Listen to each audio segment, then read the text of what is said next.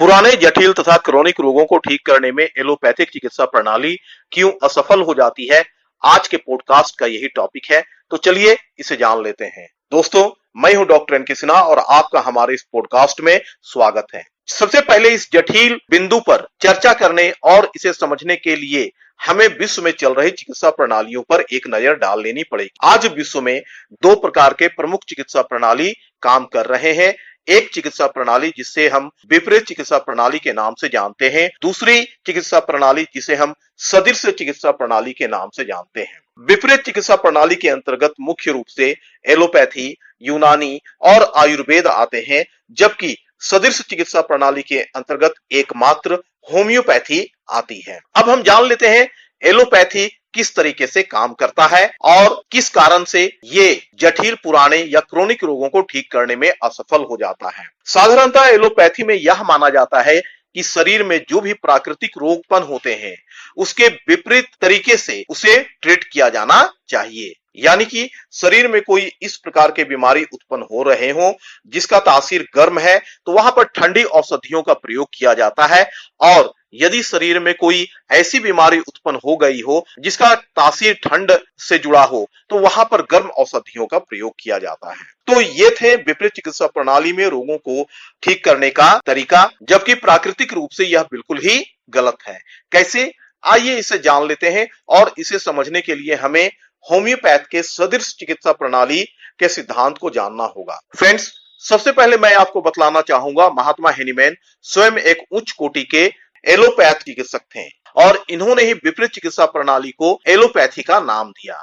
पहले एलोपैथी को system of medicine के नाम से जाना जाता था। अपने लंबे कैरियर के अंतराल में महात्मा हेनीमैन ने यह अनुभव किया कि एलोपैथी की दवाइयां किसी भी व्यक्ति के शरीर पर बहुत ही बुरा असर डालती है। यह केवल एक्यूट यानी कि नवीन रोगों को ठीक करने में सही है, जबकि क्रोनिक या जटिल रोगों को यह ठीक करने में बिल्कुल ही असफल हो जाती है।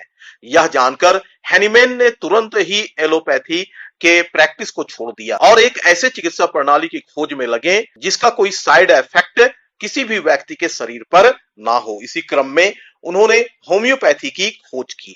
होम्योपैथी में जो रोग को ट्रीट करने का तरीका है वह बड़ा ही प्राकृतिक है, बिल्कुल ही सदृश विधान से रोगों का इलाज किया जाता है। होम्योपैथी में जब किसी व्यक्ति के शरीर में कोई रोग उत्पन्न हो जाता है तो उस रोग के सदृश औषधियों का चुनाव करके ही उस रोग का इलाज किया जाता है।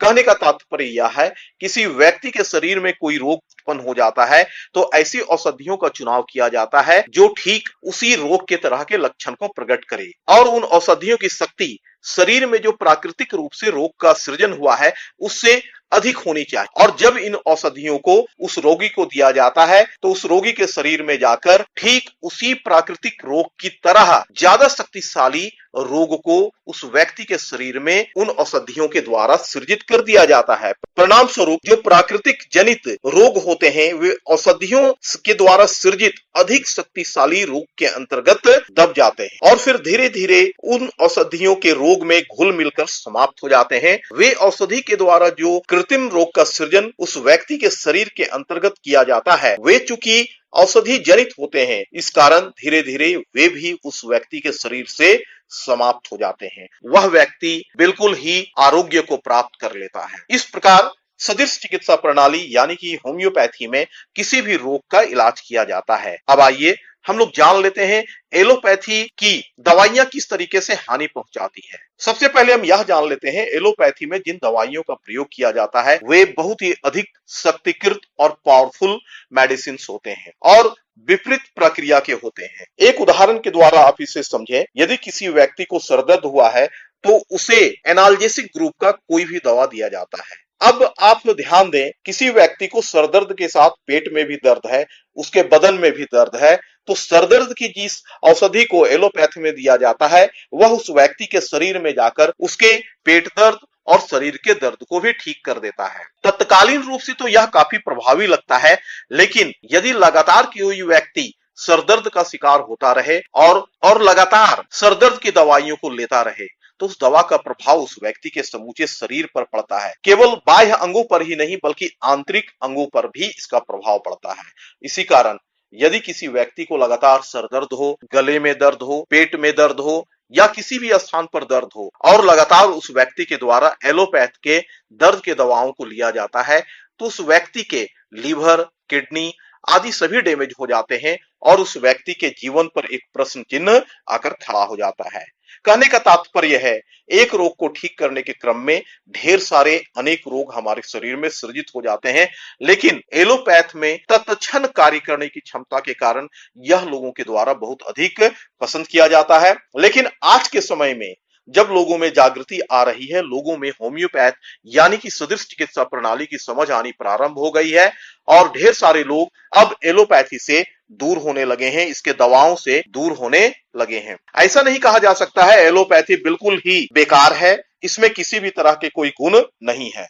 एलोपैथ में एक बहुत बड़े गुण है और यह गुण है शल्य चिकित्सा, और इस शल्य चिकित्सा के कारण सारा संसार एलोपैथ का ऋणी रहेगा। मैंने आपको विपरीत चिकित्सा प्रणाली और सदिश चिकित्सा प्रणाली दोनों के बारे में आपको समझाया और साथ ही इनमें जिन औषधियों का प्रयोग किया जाता है वे किस तरीके से एक व्यक्ति के शरीर में काम करते हैं, इसे भी मैंने आपको बतलाया। आशा करता हूं ये जानकारी आपके लिए काफी उपयोगी सिद्ध होंगे। तो फिर मिलते हैं ऐसे ही महत्वपूर्ण एक अन्य पॉडकास्ट में। लेकिन आप हमारे चैनल को छोड़ने के पहले आप हमारे चैनल को जरूर सब्सक्राइब कर लें यदि आपने नहीं किया है तो। साथ ही इसके अन्य वीडियोज को भी देखें, उसे लाइक और शेयर भी करें। आपने इस पॉडकास्ट को सुना इसके लिए बहुत बहुत धन्यवाद। Thank you for hearing. फिर मिलते हैं अगले पॉडकास्ट में।